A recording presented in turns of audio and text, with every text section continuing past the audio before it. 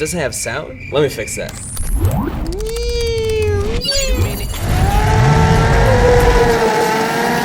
Adobe just dropped insane tools. And what I love about Adobe is that they actually listen to our feedback when it comes to AI, since they're always trying to improve their features that we have been asking for. So I've partnered with Adobe, and here's what I've learned playing with all these tools. You can now generate any sound effect you want.